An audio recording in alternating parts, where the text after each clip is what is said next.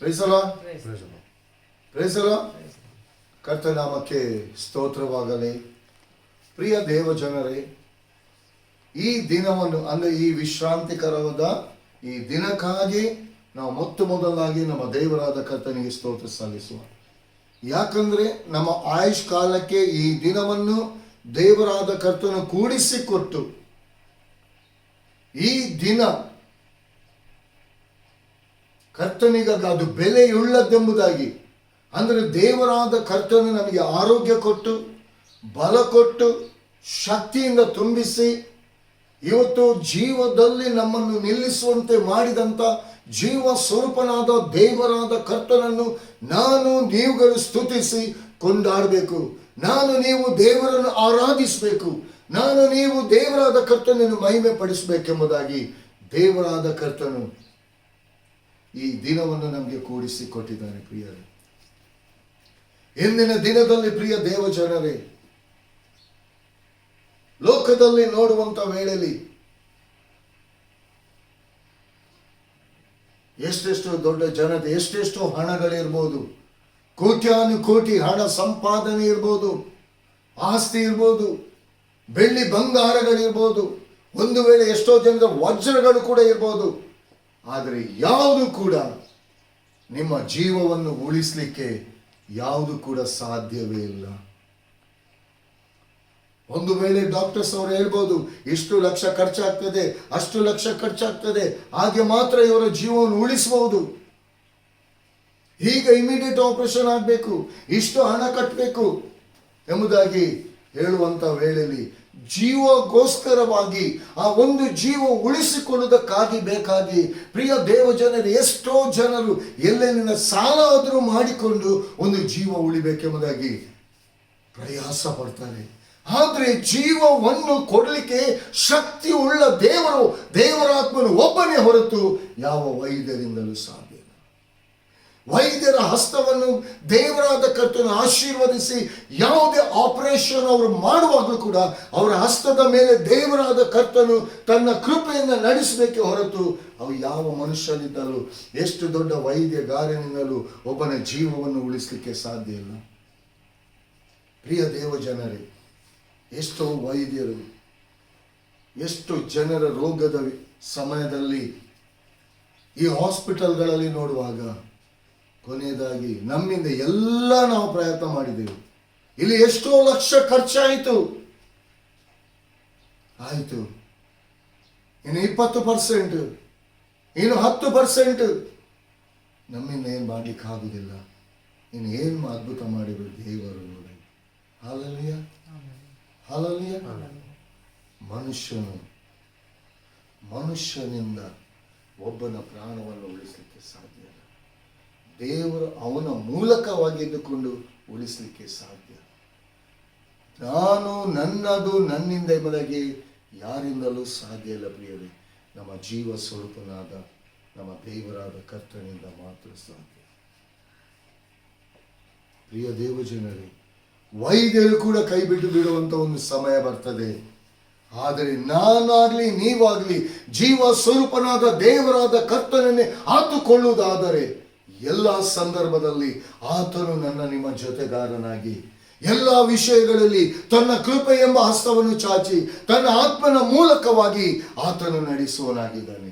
ಆದುದರಿಂದ ಪ್ರಿಯರೇ, ದೇವರು ಕೊಟ್ಟಿರುವಂಥ ಈ ಸಮಯವನ್ನು ದಯಮಾಡಿ ನಾನು ನಿಮ್ಮಲ್ಲಿ ಕೈ ಮುಗಿದು ಕೇಳಿಕೊಳ್ಳುವುದು ಒಂದೇ, ದೇವರು ನಿಮಗೆ ಕೊಟ್ಟಿರುವಂಥ ಈ ಸಂದರ್ಭವನ್ನು, ಈ ಒಳ್ಳೆ ಅವಕಾಶವನ್ನು, ಈ ಒಳ್ಳೆ ದಿನವನ್ನು ವ್ಯರ್ಥ ಮಾಡಬೇಡಿ ಪ್ರಿಯರೇ, ವ್ಯರ್ಥ ಮಾಡಬೇಡಿ ಪ್ರಿಯರೇ. ದೇವರಾದ ಕರ್ತನಿಗೆ ನಿಮ್ಮ ಸಮಯವನ್ನು ಕೊಡಿ. ದೇವರಾತ್ಮನೊಂದಿಗೆ ನೀವು ಮಾತನಾಡಿ. ದೇವರಾತ್ಮನು ನಿಮ್ಮೊಂದಿಗೆ ಇದ್ದುಕೊಂಡು ನೀವು ಯಾವ ಪರಿಸ್ಥಿತಿಯಲ್ಲಿ ಇದ್ದೀರಾ, ಒಂದು ವೇಳೆ ಮನುಷ್ಯರು ಎಲ್ಲರೂ, ಒಂದು ವೇಳೆ ಕುಟುಂಬದವರು ನಿಮ್ಮನ್ನು ಕೈ ಬಿಟ್ಟಿರ್ಬೋದು, ಲೋಕ ನಿಮ್ಮನ್ನು ಕೈ ಬಿಟ್ಟಿರ್ಬೋದು, ಸಮಾಜ ಕೈ ಬಿಟ್ಟಿರ್ಬೋದು, ಸಭೆ ನಿಮ್ಮನ್ನು ಕೈ ಬಿಟ್ಟಿರ್ಬೋದು ಪ್ರಿಯರೇ, ಸ್ನೇಹಿತರು ಕೈ ಬಿಟ್ಟಿರ್ಬೋದು, ಒಡ ಹುಟ್ಟಿದವರು ಕೈ ಬಿಟ್ಟಿರ್ಬೋದು.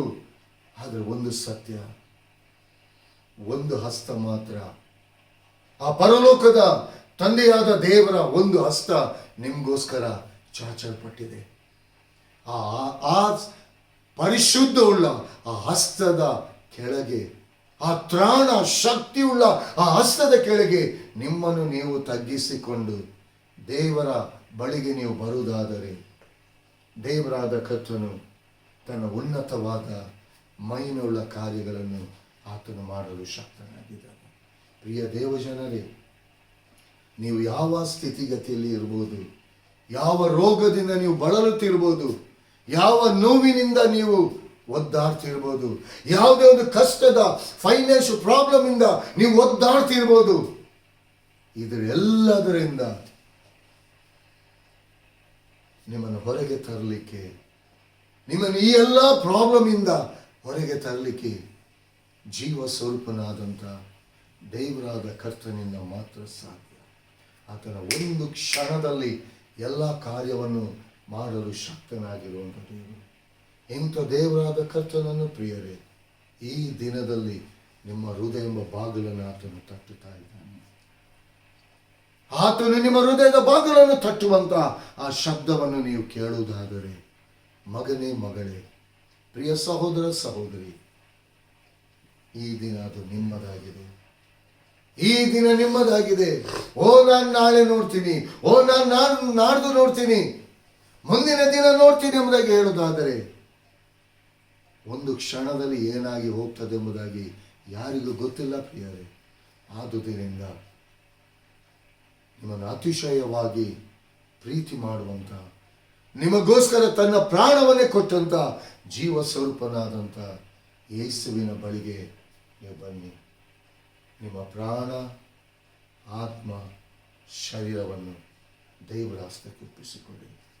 ಪ್ರಿಯ ದೇವಜನರೇ, ನಾನು ಮುಖ್ಯವಾಗಿ ಯವನಸ್ಥಿಗೋಸ್ಕರ ನಾನು ಪ್ರಾರ್ಥಿಸ್ತೇನೆ, ತಿಳಿಯಪಡಿಸ್ತೇನೆ. ಪ್ರಾಣ ಮತ್ತು ಆತ್ಮ ಹೋರಾಡ್ತದೆ. ಯಾಕಂದರೆ ಈ ಶರೀರ ಲೋಕದ ಸಂಗತಿಗಳನ್ನು ಬಯಸ್ತದೆ ಪ್ರಿಯರೇ. ಆತ್ಮ ಪರಲೋಕದ ಸಂಗತಿಗಳನ್ನು ಬಯಸ್ತದೆ. ನೀವು ಒಂದು ವೇಳೆ ಯಥಾರ್ಥವಾಗಿ ನಿಮ್ಮ ಪ್ರಾಣ, ಆತ್ಮ, ಶರೀರವನ್ನು ದೇವರ ಹಸ್ತಕ್ಕೆ ಒಪ್ಪಿಸಿಕೊಡುವುದಾದರೆ ದೇವರಾದ ಕರ್ತನು ಪರಲೋಕದ ಮಹಿಮೆಯಿಂದ, ಪರಲೋಕದ ಪ್ರಭಾವದಿಂದ ನಿಮ್ಮನ್ನು ತುಂಬಿಸಿ ನಡೆಸಲು ಶಕ್ತನಾಗಿದ್ದಾನೆ. ಪ್ರಿಯ ದೇವಜನರೇ, ಅದಕ್ಕೋಸ್ಕರವಾಗಿ ನಮ್ಮ ಜೀವಿತದಲ್ಲಿ ದೇವರಾದ ಕರ್ತನು ನಿನ್ನ ಮುಂದೆ ಇದ್ದುಕೊಂಡು ಯಾವುದನ್ನು ಬಯಸ್ತಿದ್ದಾನೆಂಬುದಾಗಿ ನಾವು ನೋಡುವಂಥ ಸಮಯ. ಆದುದರಿಂದ ದೇವರಾದ ಕರ್ತನು ನನ್ನೊಂದಿಗೂ ನಿಮ್ಮೊಂದಿಗೂ ತನ್ನ ವಾಕ್ಯದ ಮೂಲಕವಾಗಿ ಮಾತನಾಡಲಿಕ್ಕಿರುವಂಥ ಪರಲೋಕದ ಉನ್ನತವಾದ ಆ ಮಹಿಮೆಯುಳ್ಳ ಆ ಮಾತುಗಳನ್ನು ನೀವು ಕೇಳಲಿಕ್ಕೆ ಬಯಸುವುದಾದರೆ, ನಮ್ಮನ್ನು ನಾವು ಸಿದ್ಧ ಮಾಡಿಕೊಳ್ಳುವುದಾದರೆ, ದೇವರ ಆತ್ಮನು ನಿಮ್ಮ ಹೃದಯದೊಂದಿಗೆ ಆತನು ಮಾತನಾಡುವನಾಗಿದ್ದಾನೆ. ಅದಕ್ಕೋಸ್ಕರ ಪ್ರಿಯರೇ, ಇಂದಿನ ದಿನದಲ್ಲಿ ದೇವರ ವಾಕ್ಯ ಮಾರ್ಕನು ಬರೆದ ಸುವಾರ್ತೆ 12ನೇ ಸಂಧಿ 41ರಿಂದ 44ನೇ ವಚನದವರೆಗೆ ನಾವು ಧ್ಯಾನ ಮಾಡುವ. ದೇವರಿಗೆ ಕಾಣಿಕೆ ಕೊಡುವವರ ತಾರತಮ್ಯವನ್ನು ಕುರಿತು ಮಾತಾಡಿದ್ದು. ಯೇಸು ಬೊಕ್ಕಸದ ಮನೆಗೆ ಎದುರಾಗಿ ಕೂತುಕೊಂಡು ಜನರು ಬೊಕ್ಕಸದಲ್ಲಿ ಹಣ ಹಾಕುವುದನ್ನು ನೋಡುತ್ತಿದ್ದರು. ಅನೇಕ ಮಂದಿ ಐಶ್ವರ್ಯವಂತರು ಬಹಳ ಹಾಕುತ್ತಿರಲು ಒಬ್ಬ ಬಡ ವಿಧವೆಯು ಬಂದು 2 ಕಾಸು ಅಂದರೆ 1 ದುಗ್ಗಾಣಿ ಹಾಕಿದಳು. ಆಗ ಆತನು ತನ್ನ ಶಿಷ್ಯರನ್ನು ಹತ್ತಿರಗೆ ಕರೆದು, ನಿಮಗೆ ನಿಜವಾಗಿ ಹೇಳುತ್ತೇನೆ, ಬೊಕ್ಕಸದಲ್ಲಿ ಹಾಕಿದವರೆಲ್ಲರಲ್ಲಿ ಈ ಬಡ ವಿಧವೆ ಹೆಚ್ಚು ಹಾಕಿದ್ದಾಳೆ. ಹೇಗೆಂದರೆ ಎಲ್ಲರೂ ತಮಗೆ ಸಾಕಾಗಿ ಮಿಕ್ಕದ್ದರಲ್ಲಿ ಹಾಕಿದರು. ಈಕೆಯು ತನ್ನ ಬಡತನದಲ್ಲಿಯೂ ತನಗಿದ್ದದ್ದನ್ನೆಲ್ಲ ಹಾಕಿದಳು, ತನ್ನ ಜೀವವನ್ನೇ ಕೊಟ್ಟು ಬಿಟ್ಟಳು ಅಂದನು ಎಂಬುದು.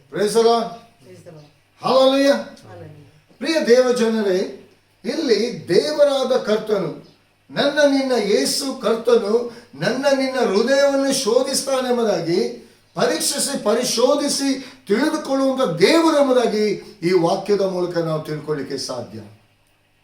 ದೇವರ ಕಣ್ಣು ಪ್ರತಿ ದಿನವೂ ಪ್ರತಿ ಕ್ಷಣವೂ ನನ್ನನ್ನು ನಿಮ್ಮನ್ನು ದೃಷ್ಟಿಸಿ ನೋಡ್ತಾ ಇದೆ ಎಂಬುದಾಗಿ ತಿಳಿಯಪಡಿಸಲಿಕ್ಕೆ ಈ ವಾಕ್ಯವೇ ಸಾಕ್ಷಿಯಾಗಿದೆ. ಇವತ್ತಿನ ದಿನದಲ್ಲಿ ಪ್ರಿಯ ದೇವ ಜನರೇ, ಇವತ್ತು ಕಾಣಿಕೆಯ ವಿಷಯದಲ್ಲಿ ದೇವರಾದ ಕರ್ತನು ಮಾತನಾಡ್ತಿದ್ದಾನೆ. ಹಲ್ಲೆಲೂಯಾ. ಒಂದು ಜೀವಕ್ಕೋಸ್ಕರ, ಒಂದು ಜೀವವನ್ನು ಉಳಿಸಿಕೊಳ್ಳುವುದಕ್ಕಾಗಿ ಯಾವುದನ್ನು ಕೂಡ ದೇವರಿಗೆ ಈಡು ಕೊಟ್ಟು, ಅಂದ್ರೆ ಹಣ ಕೊಟ್ಟು ನಮ್ಮ ಜೀವವನ್ನು ಉಳಿಸಿಕೊಳ್ಳಿಕ್ಕೆ ಸಾಧ್ಯ ಇಲ್ಲ. ದೇವರಿಗೆ ಹಣ ಕೊಟ್ಟು, ಸ್ಪಷ್ಟವಾಗಿ ಅರ್ಥ ಮಾಡ್ಕೊಳ್ಳಿ, ದೇವರಾದ ಕರ್ತನಿಗೆ ಹಣ ಕೊಟ್ಟು ನಿನ್ನ ಜೀವಿತವನ್ನು ಕಾಪಾಡಿಕೊಳ್ಳಿಕ್ಕೆ ಸಾಧ್ಯ ಇಲ್ಲ. ಇವತ್ತು ನಿನ್ನ ಜೀವಿತ ಸೇಫ್ ಆಗಬೇಕಾದ್ರೆ ನಾನು ನೀನು ಈ ಲೋಕದಲ್ಲಿ ದೇವರು ಕೊಟ್ಟಿರುವ ಆಯುಷ್ಕಾಲದಲ್ಲಿ ನಾನು ನೀನು ಸುಖವಾಗಿ ವೈಯಕ್ತಿಕವಾಗಿ ಕುಟುಂಬವಾಗಿ ಜೀವಿಸಬೇಕಾದ್ರೆ ನಾನು ನೀನು ಕ್ರಿಸ್ತನ ಅನ್ಯೋನ್ಯತೆಯಲ್ಲಿ ಇರಬೇಕು, ಕ್ರಿಸ್ತನ ಸಂಸರ್ಗದಲ್ಲಿ ಇರಬೇಕು. ನಾನು ನೀವು ದೇವರ ಹಸ್ತಕ್ಕೆ ನಮ್ಮ ಜೀವಿತವನ್ನು ನಾವು ಒಪ್ಪಿಸಿಕೊಡ್ಬೇಕು ಪ್ರಿಯರೇ. ಹಲ್ಲೆಲೂಯಾ. ಇಲ್ಲಿ ಹಣದ ಬಗ್ಗೆ ಇಲ್ಲಿ ದೇವರಾದ ಕರ್ತನು ಎಷ್ಟೊಂದು ಸ್ಪಷ್ಟವಾಗಿ ತಿಳಿಯಪಡಿಸಿ, ಯೇಸು ಬೊಕ್ಕಸದ ಮನೆಗೆ ಎದುರಾಗಿ ಕೂತುಕೊಂಡು ಜನರು ಬೊಕ್ಕಸದಲ್ಲಿ ಹಣ ಹಾಕುವುದನ್ನು ನೋಡುತ್ತಿದ್ದನು. ಹಲ್ಲೆಲೂಯಾ. ಇಲ್ಲಿ ಒಂದು ಪ್ರಿಯ ದೇವ ಜನರೇ, ಇಲ್ಲಿ ಬೊಕ್ಕಸದ ಮನೆ. ಹಲ್ಲೆಲೂಯಾ. ಅದಕ್ಕೆ ಎದುರಾಗಿ ಯೇಸು ಸ್ವಾಮಿ ಕೂತಿದ್ದಾನಂತೆ. ಹಲ್ಲೆಲೂಯಾ. ಇವತ್ತು ನಿನ್ನ ಎದುರಾಗಿ ಯೇಸು ಸ್ವಾಮಿ ಕೂತಿದ್ದಾನೆ. ಪ್ರಿಯ ದೇವ ಜನರೇ, ನನ್ನ ಮುಂದೆ ಜೀವ ಸ್ವರೂಪನಾದ, ನಿಮ್ಮ ಮುಂದೆ ಜೀವ ಸ್ವರೂಪನಾದ ಯೇಸು ಮುಂದೆ ಕೂತಿದ್ದಾನೆ. ನಿಮ್ಮ ಬೊಕ್ಕಸ, ನಿಮ್ಮ ಹೃದಯ ಎಂಬ ಬೊಕ್ಕಸದಲ್ಲಿ ಇವತ್ತು ನೀವು ಕೊಡುವುದ ವಿಚಾರದಲ್ಲಿ ದೇವರು ಮಾತನಾಡ್ತಿದ್ದಾನೆ. ಇಲ್ಲಿ ಫರಿಸಾಯರು, ಶಾಸ್ತ್ರಿಗಳು, ಯಹೂದಿಯರು, ಎಲ್ಲ ಇಡೀ ಸಭೆ ಜನರು, ಹಲ್ಲೆಲೂಯಾ, ಯೇಸು ಸ್ವಾಮಿ ಮುಂದೆ ಕೂತಿದ್ದು ಆ ಬೊಕ್ಕಸ ಎದುರಾಗಿ ಕೂತಿದ್ದಾನಂದೆ. ಹಿಂದೆ ಕೂತ್ಕೊಳ್ಳಿಲ್ಲ ರೀ. ನಿನ್ನ ಕರ್ತನು ನಿನ್ನ ಹಿಂದೆ ಹಿಂಬಾಲಿಸುವುದಲ್ಲ. ಇವತ್ತು ನಾನು ನೀನು ಯೇಸುವನ್ನು ಹಿಂಬಾಲಿಸಬೇಕು. ಯೇಸು ನಿನ್ನ ಮುಂದುಗಡೆ ಚಲಿಸ್ತಿದ್ದಾನೆ. ಯೇಸು ಸ್ವಾಮಿ ನಿನ್ನ ಮುಂದುಗಡೆ ಇದ್ದಾನೆ.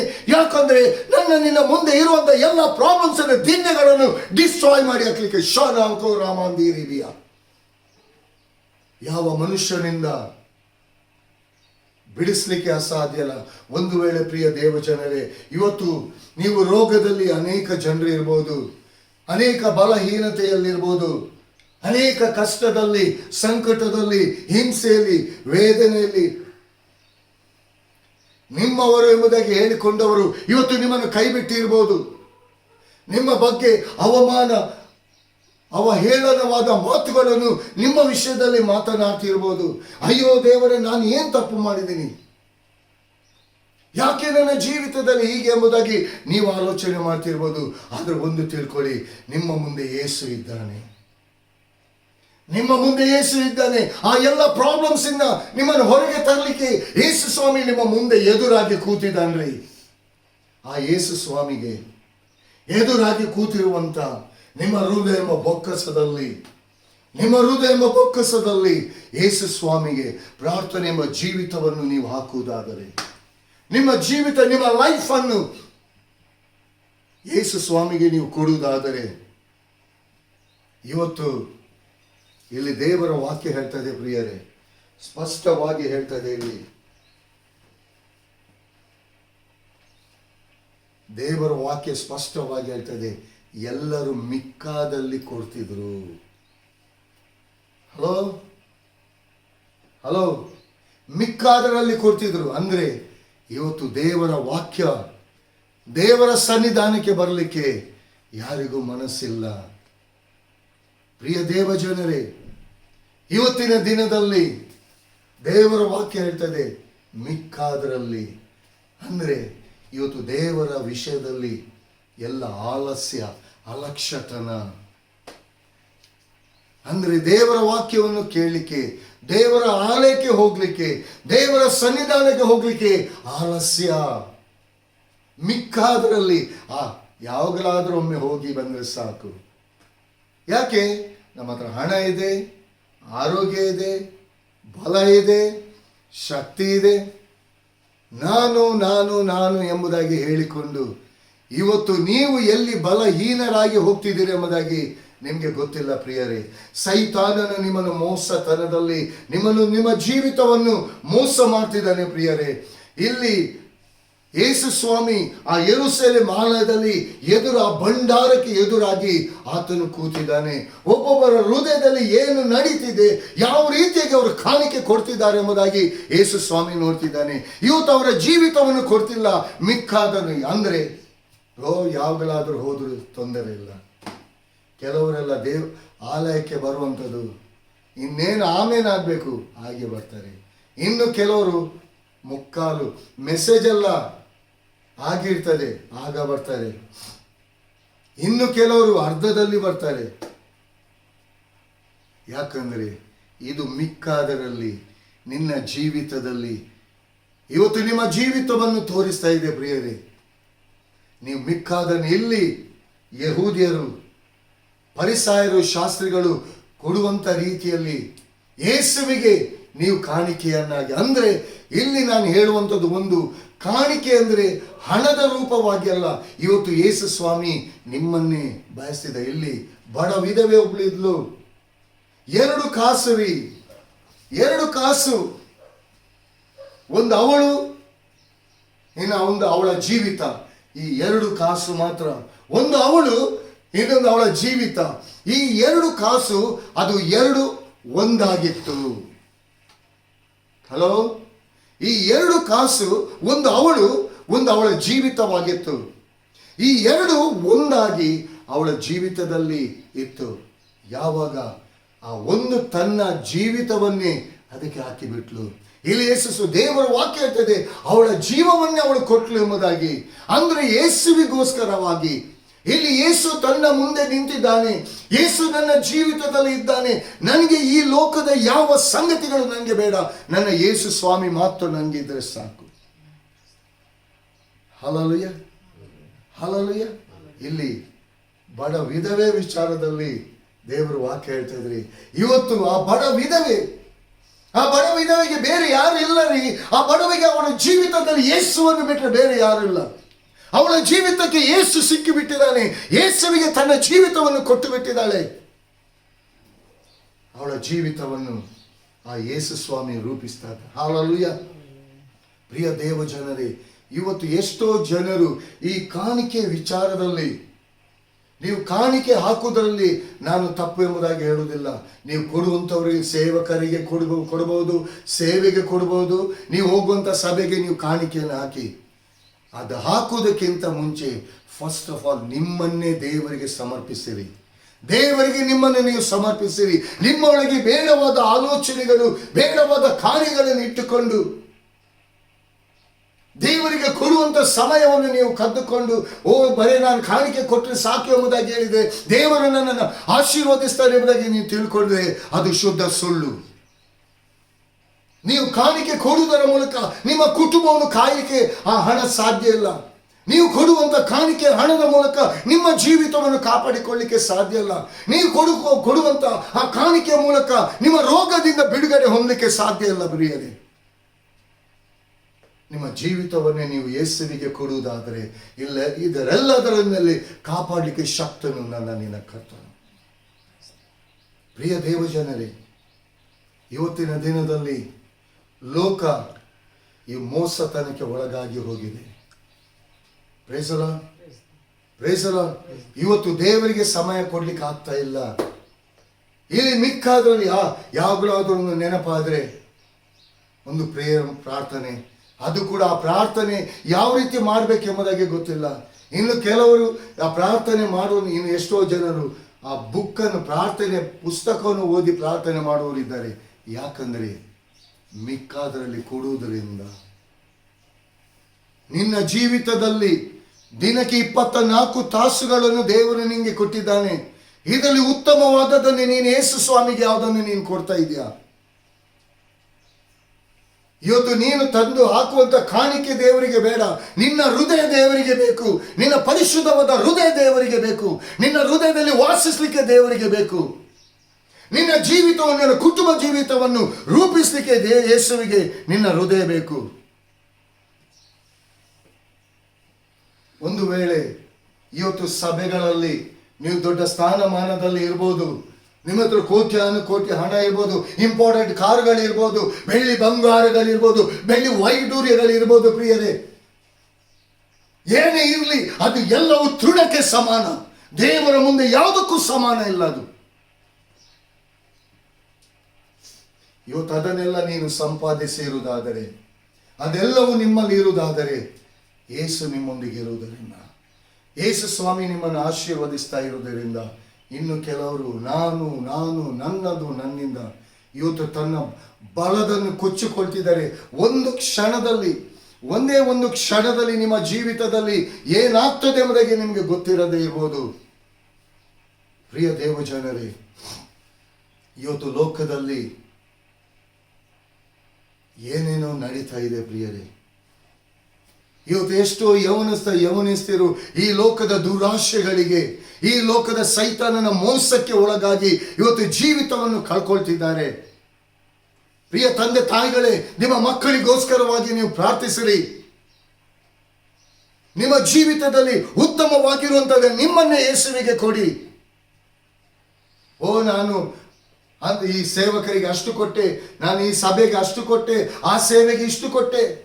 ನೀವು ಕೊಟ್ಟಿರ್ಬೋದು ಪ್ರಿಯರೇ, ನೀವು ಕೊಟ್ಟಂಥದ್ದು ಅದು ಲೌಕಿಕವಾದ ಲೋಕ ಸಂಬಂಧವಾದದ್ದು. ಆದರೆ ಆತ್ಮಿಕವಾದದ್ದು, ನಿನ್ನ ಜೀವಿತವನ್ನು ಕಟ್ಟುವಂಥದ್ದು ನಿನ್ನ ಹೃದಯ. ಆ ಹೃದಯ, ನಿನ್ನ ಹೃದಯದಲ್ಲಿ ವಾಸಿಸುವಂಥ ಯೇಸುವಿಗೆ ನಿನ್ನ ಜೀವಿತವನ್ನು ಮೊದಲಾಗಿ ಕೊಡುವುದಾದರೆ ಎಲ್ಲದರಲ್ಲಿ ನೀನು ಆಶೀರ್ವಾದವಂತಿ. ಸೇವಕರಿಗೆ ಕೊಡು, ಸಭೆಗೆ ಕೊಡುವುದಕ್ಕೆ ನಾನೇನು ವಿರೋಧಿ ಅಲ್ಲ. 100% ನೀವು ಕೊಡಲೇಬೇಕು. ಆದರೆ ನಿಮ್ಮ ಕಾಣಿಕೆಯನ್ನು ಕೊಡುವುದಕ್ಕಿಂತ ಮುಂಚಿತವಾಗಿ ನಿಮ್ಮನ್ನು ವೈಯಕ್ತಿಕವಾಗಿ, ಕುಟುಂಬವಾಗಿ ಯೇಸುವಿನ ಹಸ್ತಕ್ಕೆ, ಅಂದರೆ ಯೇಸುವಿನ ಆ ಬೊಕ್ಕಸದೊಳಗೆ ನಿಮ್ಮನ್ನು ನೀವು ಕೊಡುವುದಾದರೆ, ಯೇಸು ಸ್ವಾಮಿ ನಿಮ್ಮ ಮುಂದುಗಡೆ ಆತನು ನಿಂತಿದ್ದಾನೆ. ಯೇಸು ಸ್ವಾಮಿ ನಿಮ್ಮ ಮುಂದುಗಡೆ ಇದ್ದಾನೆ. ಪ್ರಿಯರೇ, ನಿಮ್ಮ ಹೃದಯಗಳನ್ನು ಪರೀಕ್ಷಿಸಿ ಪರಿಶೋಧಿಸುವವನಾಗಿದ್ದಾನೆ. ನೀವು ಬರುವಂಥ ವೇಳೆಯಲ್ಲಿ ನೀವು ಯಾರು, ನಿಮ್ಮ ಆಲೋಚನೆಯನ್ನು, ನಿಮ್ಮ ನಡೆ ನುಡಿ ಕ್ರಿಯೆಗಳನ್ನು, ನಿಮ್ಮ ಬಾಯ ಮಾತುಗಳೇನೆಂಬುದಾಗಿ ದೇವರಾದ ಕರ್ತನಿಗೆ ಗೊತ್ತಿದೆ. ಆತನು, ಯಾಕಂದರೆ ನಿಮ್ಮ ಎದುರಾಗಿ ಆತನು ಕೂತಿದ್ದಾನೆ.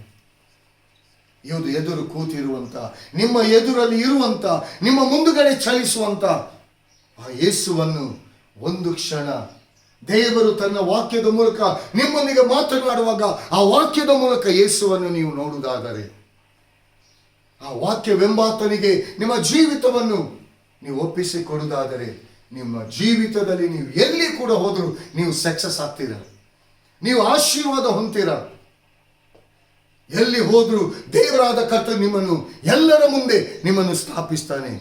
ಪ್ರಿಯ ದೇವ ಜನರೇ, ಎಲ್ಲಿ ನಿಮ್ಮ ಮಾನ ಹೋಗಿದೆಯಾ ಅಲ್ಲಿ 2ರಷ್ಟು ಮಾನ ಬರಬೇಕಾದ್ರೆ ನಿಮ್ಮ ಜೀವಿತದ, ನಿಮ್ಮ ಬೊಕ್ಕಸದ ಒಳಗಿನಿಂದ ದೇವರಾದ ಕರ್ತನಿಗೆ, ಯೇಸುವಿಗೆ ನಿಮ್ಮನ್ನೇ ನೀವು ಸಮರ್ಪಿಸಿರಿ. ಇಲ್ಲಿ ಬಡವಿದವೇ ಪ್ರಿಯರೇ, ಆ 2 ಕಾಸು, ಒಂದು ಅವಳು, ಇನ್ನೊಂದು ಅವಳ ಜೀವಿತ, ಈ 2 ಒಂದೇ ಆಗಿತ್ತು ಅವಳ ಜೀವಿತಕ್ಕೆ. ಈ ಒಂದು ಅವಳ ಜೀವಿತಕ್ಕೆ ಇದ್ದದ್ದು, ಅದನ್ನೇ ಒಪ್ಪಿಸಿಕೊಟ್ಲು, ಯೇಸುವಿಗೆ ಒಪ್ಪಿಸಿಕೊಟ್ಲು. ಪ್ರಿಯರೇ, ಆ ಬೊಕ್ಕಸದೊಳಗೆ ಹಾಕಿದ್ಲು. ಆ ಬೊಕ್ಕಸ ನಿನ್ನ ಕರ್ತನಾಗಿದ್ದಾನೆ. ನೀವು ಕೊಡುವಂತ ಸಮಯ ಅಲ್ಪವಾಗಿರ್ಬೋದು, ದೇವರಿಗೆ ಕೊಡುವಂತ ಸಮಯ ಅಲ್ಪವಾಗಿರ್ಬೋದು.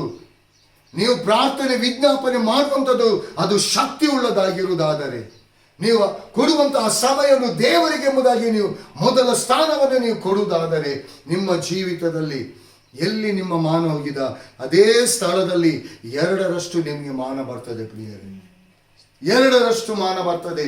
ಇದು ಸ್ಪಷ್ಟವಾಗಿ ಅರ್ಥ ಮಾಡ್ಕೊಳ್ಳಿ. ದೇವರು ನಿಮ್ಮ ಜೀವಿತಕ್ಕೆ ಕೊಟ್ಟಿರುವಂತ ಈ ಒಂದು ಲೈಫ್, ಈ ಒಂದು ಜೀವಿತ, ಆ ಬಡ ವಿಧವೆ ಕೂಡ ಯೇಸುವಿಗೆ ಕೊಟ್ಟು ಬಿಟ್ಲು. ನಂತರ ಅವಳ ಜೀವಿತದಲ್ಲಿ ಬಡತನ ಇದೆ, ಅವಳು ಸತ್ಲು ಎಂಬುದಾಗಿ ಎಲ್ಲಿ ಕೂಡ ಬರಲಿಲ್ಲ. ಯಾಕಂದ್ರೆ ಆ 2 ಕಾಸು, ಒಂದು ಅವಳ ಜೀವಿತ ಆಗಿತ್ತು. ಈ 2 ಅವಳ ಜೀವಿತದಲ್ಲಿ ಒಂದೇ ಆಗಿತ್ತು. ಆ ಒಂದನ್ನು ಪರಿಪೂರ್ಣವಾಗಿ, ಆ ಒಂದು ಅವಳಾಗಿದ್ದು, ಅವಳನ್ನೇ ಯೇಸುವಿಗೆ ಕಾಣಿಕೆಯಾಗಿ ಕೊಟ್ಟಳು. ಅದಕ್ಕೆ ಪ್ರಿಯರೇ, ಇವತ್ತು ನಿಮ್ಮ ಮಕ್ಕಳನ್ನು, ನಿಮ್ಮನ್ನು ದೇವರ ಹಸ್ತಕ್ಕೆ ಕಾಣಿಕೆಯಾಗಿ ಮೊದಲಾಗಿ ದೇವರಿಗೆ ನಿಮ್ಮನ್ನು ಸಮರ್ಪಿಸಿರಿ. ನಿಮ್ಮ ಮಕ್ಕಳು ಈ ಮೂಲಕವಾಗಿ ನೀವು ಮಾಡುವುದಾದರೆ ನೀವು ಮಾತ್ರ ಅಲ್ಲ, ನೀವು ಆಶೀರ್ವದಿಸಲ್ಪಡ್ತೀರಾ, ನಿಮ್ಮ ಮಕ್ಕಳು ಆಶೀರ್ವದಿಸಲ್ಪಡ್ತಾರೆ. ಯಾಕಂದರೆ ನಿಮ್ಮನ್ನು ನೀವು ಫಸ್ಟ್ ಆಫ್ ಆಲ್ ನಿಮ್ಮನ್ನು ನೀವು ದೇವರಿಗೆ ಕೊಡುವಂಥ ವೇಳೆಯಲ್ಲಿ, ಯೇಸುವಿಗೆ ನಿಮ್ಮನ್ನು ಒಪ್ಪಿಸಿ ಕೊಡುವಂಥ ವೇಳೆಯಲ್ಲಿ, ಯಾಕಂದರೆ ನಿಮ್ಮ ಮುಂದುಗಡೆ ಆತನಿದ್ದಾನೆ ಪ್ರಿಯರೇ.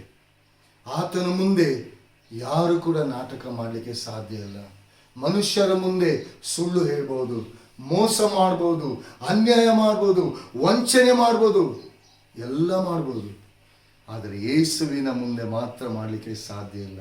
ಯಾಕಂದರೆ ಯೇಸು ನಿಮ್ಮ ಹೃದಯವನ್ನೇ ಓದುವ ಆತನು, ನಿಮ್ಮ ಹೃದಯವನ್ನೇ ತಿಳಿದ ಆತನು.